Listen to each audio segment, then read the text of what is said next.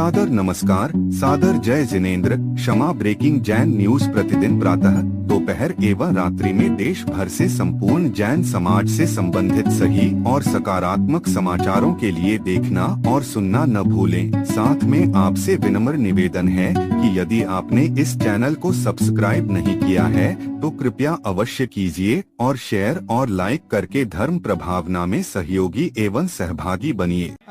जो हमारे जैन धर्म के गौरव हैं, वर्ल्ड पीस एम्बेसडर, एक समाज सुधारक, शांति दूत, प्रसिद्ध जैन संत और संपूर्ण विश्व में शांति, अहिंसा और सद्भाव को बढ़ावा देने के लिए आपने विश्व प्रसिद्ध अहिंसा विश्व भारती संस्था की स्थापना की।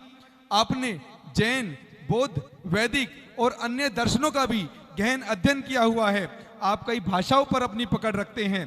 यूनाइटेड नेशन से आपको एम्बेसडर ऑफ पीस तथा अमेरिका, ब्रिटेन और कनाडा जैसे देशों की संसद में भी आपको शांति दूत के रूप में सम्मानित किया जा चुका है। और विशेष रूप से जब किसी भी प्रकार से जैन धर्म की आस्था पर सरकार या प्रशासन द्वारा कुठाराघात हुआ तो हर बार आपने अपनी बात बहुत पक्ष मजबूती के साथ रखा, चाहे वह सम्मेद शिखर जी का आंदोलन हो या फिर सद्भावना सम्मेलन रामलीला का मैदान हो। हम सभी के मध्य पधारी एक बहुत चर्चित और ओजस्वी आवाज के धनी, एक बार जोरदार तालियों के बीच आमंत्रित हैं परम पूज्य आचार्य लोकेश मुनि जी। आपका बहुत बहुत स्वागत आचार्य लोकेश मुनि जी।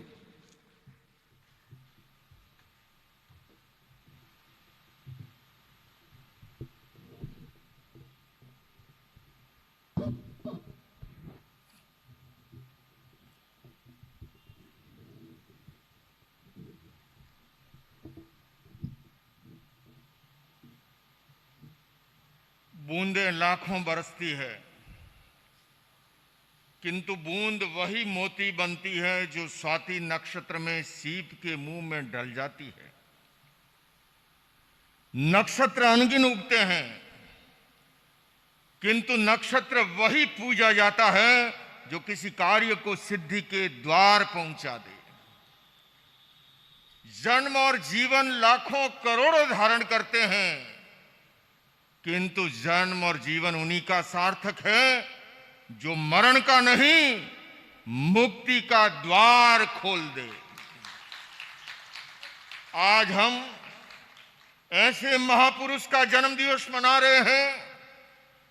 शरद पूर्णिमा के पावन दिन पर, हालांकि आप लोगों ने बहुत गुनगुनाया होगा, चौदहवीं का चांद हो तुम, पर मैं कहना चाहूंगा पूर्णिमा का चांद हो तुम। जिन्होंने पूर्णिमा के चांद के दिन, मैं निवेदन करना चाहता हूं, एक श्रमण संस्कृति का महान सूर्य उदित हुआ था। और मैं आदरणीय इमाम साहब की, आदरणीय गोस्वामी सुशील जी महाराज की, आदरणीय परमजीत सिंह चंडोक जी की, आदरणीय आचार्य यशी जी की और बहन प्रभा किरण की आवाज में स्वर कहते हुए ये कहना चाहता हूं कि आचार्य विद्यासागर जी महाराज एक व्यक्ति नहीं, एक विचार थे। वो एक संत नहीं, एक संस्कृति थे और आज भी विचारों के रूप में वो हमारे बीच में विद्यमान है। और जब मैं उनका नाम का स्मरण कर रहा हूं, आप आकर के चित्र खींच सकते हो, रोम रोम शरीर का खड़ा हो गया। ऐसा महामानव, ऐसा महापुरुष शताब्दियों, सहस्राब्दियों में कभी कभार जन्म लेता है। यह हम सबका सौभाग्य है कि उनके जीवन काल में हमें जन्म लेने का अवसर मिला है। मुझे सौभाग्य मिला है इससे पूर्व भी आचार्य वर्ग का जब स्वर्ण जयंती महोत्सव उनके जीवन दीक्षा का मनाया जा रहा था, बंबई के जूग में विशाल सभागार में मुझे उपस्थित होने का अवसर मिला। तब भी कहा था और आज भी मैं कहना चाहूंगा, और मैं ये भी साथ ही साथ कहना चाहूंगा, जब मैं परम पूज्या पूर्णमती माता जी को देखता हूं, इतना शांत स्वभाव, आप देखिए, इन्हें देखने मात्र से यूं लगता है जैसे कोई प्रतिमा विराजमान हो। और इसलिए कहूंगा, ये रामकृष्ण परमहंस का सौभाग्य था कि उन्हें स्वामी विवेकानंद जैसा शिष्य मिला। ये समर्थ रामदास का सौभाग्य था कि उन्हें शिवाजी जैसा शिष्य मिला। और कहीं न कहीं आचार्य भगवान का, आचार्य विद्यासागर जी का भी सौभाग्य है कि उन्हें पूर्णमती माता जी जैसी शिष्या मिली। बंधुओं और बहनों, उनका विराट व्यक्तित्व, लेकिन उसके बावजूद उनके श्री चरणों में चाहे राष्ट्रपति हो, चाहे प्रधानमंत्री हो, चाहे मुख्यमंत्री हो, गवर्नर हो, कोई भी कहे, वो निष्काम भाव से, निष्प्रियता के साथ, और यही जाकर के दिगंबरत्व घटित होता है। दिगंबर का अर्थ क्या है? दिगंबर का अर्थ ये मत मान लेना कि वस्त्र विहीन होना है। दिगंबर का अर्थ है, असली अर्थ जिसको हमारे जैन आगमों में भगवान महावीर ने कहा, मुच्छा परिहि गोहवुत्तो। परिग्रह क्या है? वो है मूर्छा, वो है आसक्ति। और आचार्य विद्यासागर जी महाराज जो है वो आसक्ति से, मूर्छा से मुक्त थे। और इसलिए वो चौथे आरे के संत के रूप में, अगर आपको एक प्रतीक बताना हो कि एक संत को कैसा होना चाहिए, उसका प्रतीक उदाहरण दे सकते हो कि आचार्य विद्यासागर जी जैसा संत होना चाहिए। आज मैं उनके श्री चरणों में अहिंसा विश्व भारती संस्था की ओर से, विश्व शांति केंद्र की ओर से, मैं उनके श्री चरणों में तो आदर और सम्मान प्रकट करता ही हूं, किंतु मैं मंच पर विराजित आदरणीय पूज्या साध्वी पूर्णमती माता जी, मैं आपको पंचांग प्रणति पूर्वक वंदन करता हूं। और दिगंबर समाज के लोगों, कान खोल करके सुन लो, मैं ये वंदन इसलिए कर रहा हूं, महावीर के अनुसार सिद्धत्व का संबंध न देश से है न वेश से है। तीर्थंकर महावीर ने कहा है, कषाय मुक्ति किल मुक्ति रेव है। मुक्ति का ठेका किसी न श्वेतांबर ने लिया है, न दिगंबर ने लिया है, न पीतांबर ने लिया है। और ये मैं नहीं कह रहा हूं, मेरी बहन डॉक्टर किरण प्रभा जी इस बात से सहमत होगी। भगवान महावीर ने कहा है, कषाय मुक्ति किल मुक्ति रेव है। जो कषाय से मुक्त है, जो क्रोध से, जो मान से, जो माया से, जो लोभ से मुक्त है, वो मुक्ति का अधिकारी है। तीर्थंकर महावीर ने 15 प्रकार के सिद्धत्व का वर्णन किया है।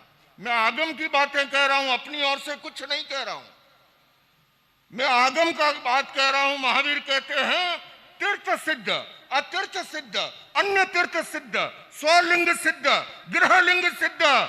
सिद्धत्व का संबंध न देश से है न वेश से है। सिद्धत्व का संबंध है अपनी आत्मा की निर्मलता से, पवित्रता से, उज्जवलता से, राग द्वेष की मुक्ति से, कषाय मुक्ति से, आसक्ति मुक्ति से, ईर्ष्या मुक्ति से, निंदा विकटा की मुक्ति से। और इसलिए मैं कहना चाहूंगा कि इस्लामाबाद में जन्म लेने वाला भी मुक्ति और निर्वाण को प्राप्त हो सकता है, बशर्ते उसकी भावधारा पवित्र हो, निर्मल हो, कषाय मुक्ति हो, राग द्वेष मुक्ति हो। और वरना चाहे लोकेश मुनि जी महाराज रजौरन ले ले, पात्र ले ले, समय शिखर पर जन्म ले ले, पालीतना में ले ले, गिरनार पर ले ले, माताजी मैं आपकी मौजूदगी में कह रहा हूं, अगर लोकेश मुनि जी के भीतर में कषाय है, आसक्ति है, राग द्वेष है, वो मुक्ति को प्राप्त नहीं हो सकते। और इसलिए आपसे कहना चाहूंगा, भूल जाओ ये दिगंबर और श्वेतांबर, केवल याद रखो, अन्नन्न देश जाया, अन्नन्न आर वढ़िया शरीरा, जीर्ण शासन मनुआ पत्ता, सभ्य ते बंधवा भन्या। अन्य अन्य देश में जन्म लिया, अन्य अन्य जगह पर आहार ग्रहण किया, किंतु जिसने भी नमस्कार महामंत्र धारण कर लिया वो हमारा बंधु है, वो हमारा भाई है। और इसीलिए आचार्य विद्यासागर जी महाराज हमारे भगवान हैं। बंधुओं और बहनों, हालांकि अभी तो आप ऐसे जम गए हो जैसे माघ महीने में दही जम जाता हो, पर मुझे अच्छा नहीं लगा जब बीच में कुछ बहनें उठ रही थी और मैं कह दूं बीच में ऐसे धार्मिक सभाओं से उठ के जाके भोजन ग्रहण करोगे ना तो वो हजम नहीं होगा ठीक से। एसिडिटी और वायु बन जाती है फिर, है ना। अरे ऐसे ऐसे संत आए, आप कल्पना कर सकते हो। ये चीफ इमाम ऑफ इंडिया उमेर अहमद इलियासी जी, 5 लोग चूरमा कर रहे थे 15,000 करोड़ का माइनॉरिटी का। ये तो इनको तो दर्जा प्राप्त था पहले से, क्या जरूरत थी इनको वहां जंतर मंतर पे जाके कहने की कि जैनियों को भी दर्जा दो। अरे भाई उस 15,000 के चूरमे में ही से तो बंटवारा होगा। आप मुझे बता दो, भाई भाई का भी बंटवारा हो जाए और उसमें से वापस कुछ लेना जाओ मिलता है क्या? सुप्रीम कोर्ट खींच ले अपने जन्म देने वाले बाप को। इन्होंने साथ दिया था हमारा, ये सुशील जी महाराज, ये परमजीत सिंह चंडोक जी, ये हमारे आचार्य ऋषि जी। अब नाकोड़ा तीर्थ गए, 23वें तीर्थंकर भगवान पार्श्वनाथ के वहां पर संथारा पे गए। मुझे पूछ रहा था संयम और दूसरे तुम्हारे साथी अंकुश ये आए थे, बोले महाराज जी ये एक जादू क्या है आपका, मुझे ये बताओ, ये आपसे सारे ही प्यार करते हैं। मैंने कहा देखो मैं सीधी सी बात कहूं, दुनिया का सिंपल सा नियम है, जितना सम्मान दोगे सतगुणित होकर के तुम्हारी ओर लौटेगा। अब हमारी कठिनाई क्या है, हमने कुछ ऐसे भ्रांत धारणाएं गढ़ ली, भ्रांत धारणाएं, अनावश्यक एक दूसरे को मिथ्यात्व मानते हैं। मैं माता जी आप मेरे से ज्यादा ज्ञानी हो, मैं आपसे पूछना चाहता हूं और मैं आपसे भी पूछना चाहता हूं और जनता जनार्दन से भी पूछना चाहता हूं। मैं वाहन विहारी हूं, समझ गए। मेरे मन में एक पीड़ा थी।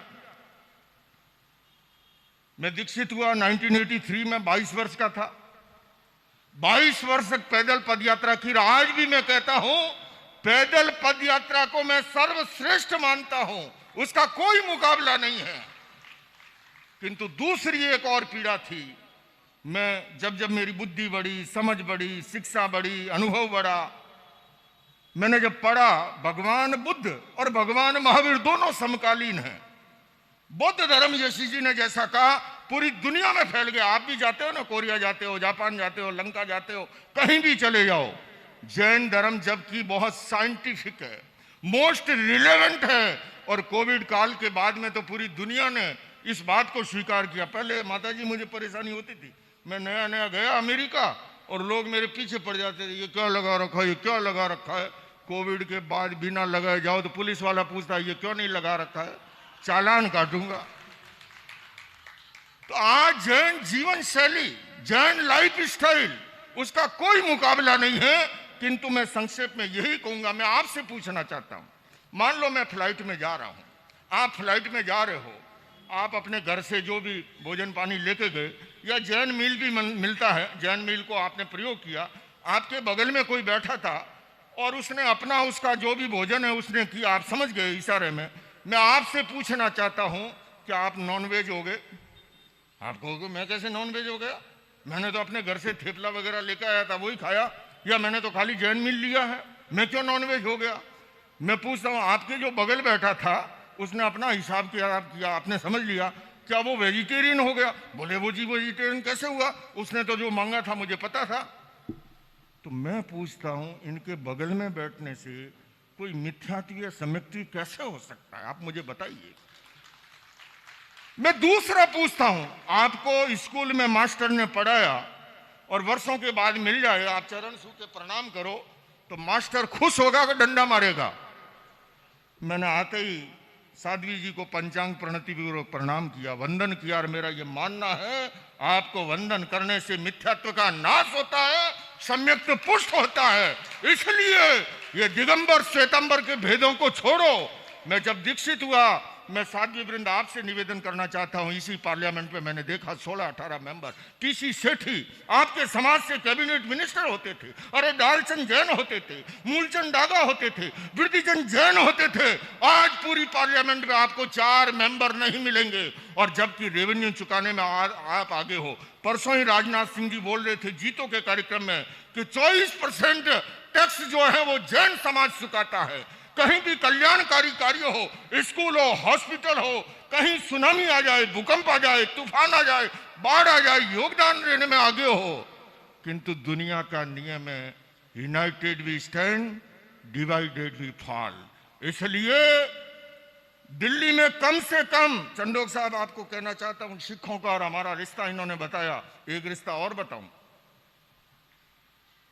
सिख समाज में सबसे बड़ा महत्व है अकाल तख्त का, और दूसरा है पटना साहिब हमारा। आपको बताऊं, गुरु गोविंद सिंह जी वहां पर पधारे, एक जैनी का घर होता था। कालांतर में वो घर डोनेट कर दिया गया, जहां पर आज पटना साहिब तख्त खड़ा है। तो मैं आपसे निवेदन करना चाहूंगा कि हम जो हैं इसको छोड़ के, मैं चंडोक साहब को तो ये कह रहा हूं, दिल्ली में कम से कम 9 विधानसभा क्षेत्र ऐसे हैं, मैंने रिसर्च कर रखी है। अगर एकजुट हो जाओ, ऊंट किस करवट बैठेगा, जो आप डिसीजन कर लोगे वही होगा। आज हालात क्या है आपकी, टिकट मिलती नहीं है, मिलती है तो ऐसी जगह से मिलती है कि सीट निकाल नहीं सकता, और सीट निकालने की स्थिति हो अपना भाई हरा देगा पहले। तो बंधुओं और बहनों, समाज को संगठित कीजिए, और किस तरह से सर्वधर्म आपके साथ खड़ा है।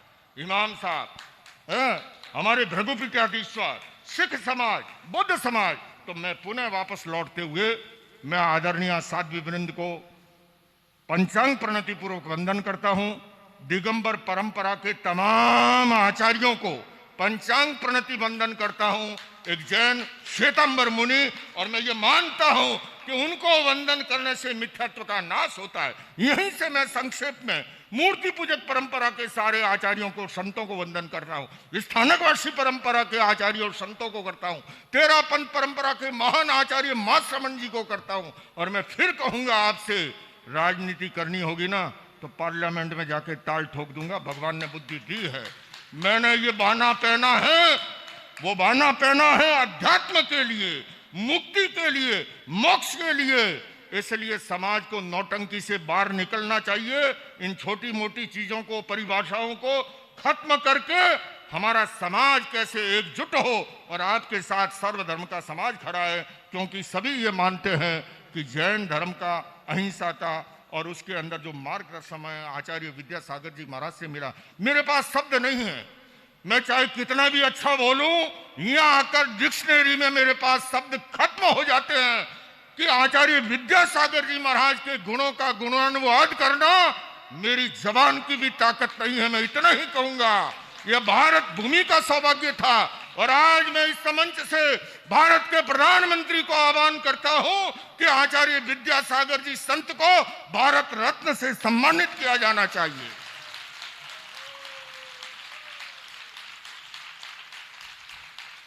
और अगर आचार्य विद्यासागर जी को भारत रत्न से सम्मानित किया जाता है तो आचार्य विद्यासागर जी का कोई पद और कद नहीं बढ़ेगा, भारत रत्न स्वयं सम्मानित हो जाएगा। ओम अरहम।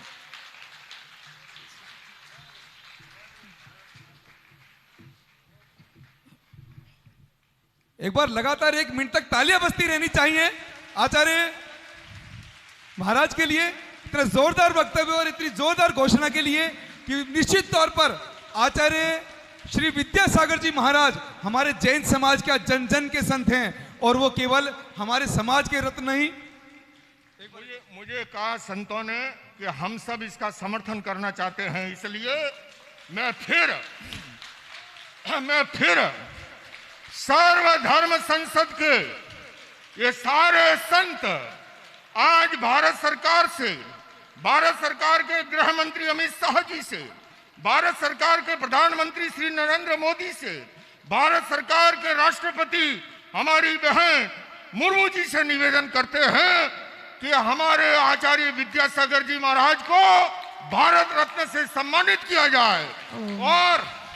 और हमारी सर्वधर्म संसद का ये मानना है कि अगर आचार्य विद्यासागर जी महाराज को भारत रत्न से सम्मानित किया जाता है, उससे भारत रत्न स्वयं सम्मानित होगा।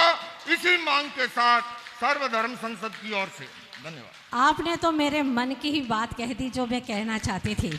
बहुत अच्छी बात। ये सारे समाज, जैन समाज ही नहीं, जन जन का समर्थन है। ओम शांति। जय हो सर्वधर्म की, सर्वधर्म की, सर्वधर्म गुरुओं की, सर्वधर्म ग्रंथों की। Kshama breaking Jain news YouTube channel पर विज्ञापन देकर धर्म प्रभावना में बने सहभागी। विज्ञापन देने हेतु संपर्क कीजिए मोबाइल नंबर 9026900740 एवं समाचार एवं वीडियो भेजने हेतु WhatsApp number 9335236222। Kshama breaking Jain news YouTube channel देखने के लिए आपको बहुत बहुत धन्यवाद। सादर प्रणाम, सादर जय जिनेंद्र।